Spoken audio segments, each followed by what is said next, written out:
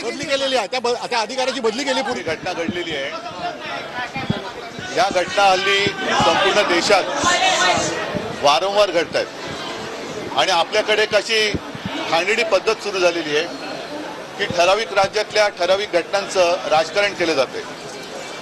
माझं मत असं आहे की आज संजय राऊत यांनी सामनाच्या अग्रलेखात पण लिहिलेलं आहे, एका बाजूला आपण लाडकी बहीण म्हणत असताना, योजना आणत असताना, या बहिणीच नव्हे तर त्यांच्या छोट्या छोट्या मुलीसुद्धा आपल्या राज्यात असुरक्षित आहेत, त्यांच्यावरती अत्याचार होत आहेत आणि आपण कुठला तरी एखादा विषय घेऊन हे एखाद्या राज्यात झालेली घटना नाही, देशात कुठेही अशी घटना घडता कामा नये आणि या घटनेला जे कोणी गुन्हेगार जबाबदार असतील त्यांना तर लवकरात लवकर केस चालवून, मग ती फास्ट ट्रॅक म्हणा किंवा काही म्हणा।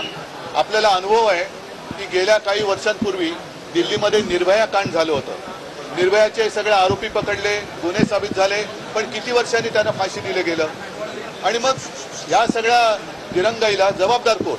जेवढे एखाद्या महिलेवरती अत्याचार करणारे गुन्हेगार हे त्या घटनेसाठी जबाबदार असतात, तसंच त्याचा न्याय निवाडा करून त्याच्यावरती शिक्षेची अंमलबजावणी करायला दिरंगाई करणारे सुद्धा जबाबदार धरले पाहिजेत।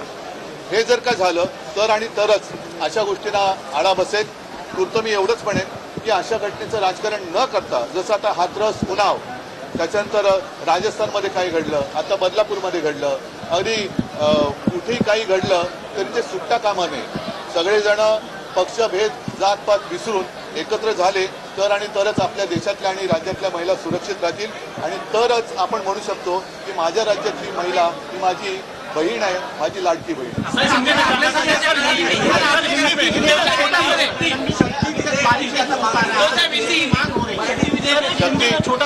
शक्ती जे विधेयक आम्ही आणू इच्छित होतो त्याचा मसुदा जवळपास तयार झाला होता। सर्वांना कल्पना आहे की त्यावेळेला अधिवेशनं होती ती एक दोन दिवसाची होत होती, कारण त्याला कोरोना होतं। पण हे बिल आम्ही आणू शकलो नाही कारण आमचं सरकार गद्दारी करून पाडलं गेलं।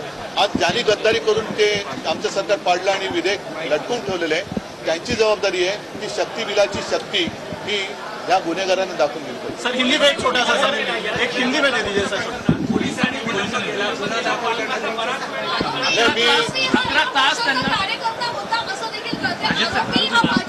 मला तर असं कळलं की ती शाळा सुद्धा भाजपच्या लोकांशी संबंधित होती।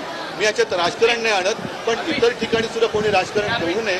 याच्यामध्ये कोणताही कार्यकर्ता असला, अगदी भारतीय जनता पक्षाचा असला तरी विनाविलंब त्याच्यावरती कारवाई झाली पाहिजे, कारण नाहीतर एक एक घटना घडतात। काही दिवसापूर्वी आपल्याकडे वरळीला ते हिट अँड रन झालं होतं, काय त्याचं नाव, मीर शहा, आता तो सुद्धा असाच होता ना, त्या महिलेला फरफटत त्यांनी नेलं। आता पुढे काय झालं का त्याच्याकडनं पण निबंध लिहून घेतला। आता सुद्धा हे जे केवळ जर का भाजपचे कार्यकर्ते असतील तर त्यांच्याकडनं निबंध लिहून घेऊन त्यांना सोडून देणार आहेत का? संपूर्ण जग आता बघतंय।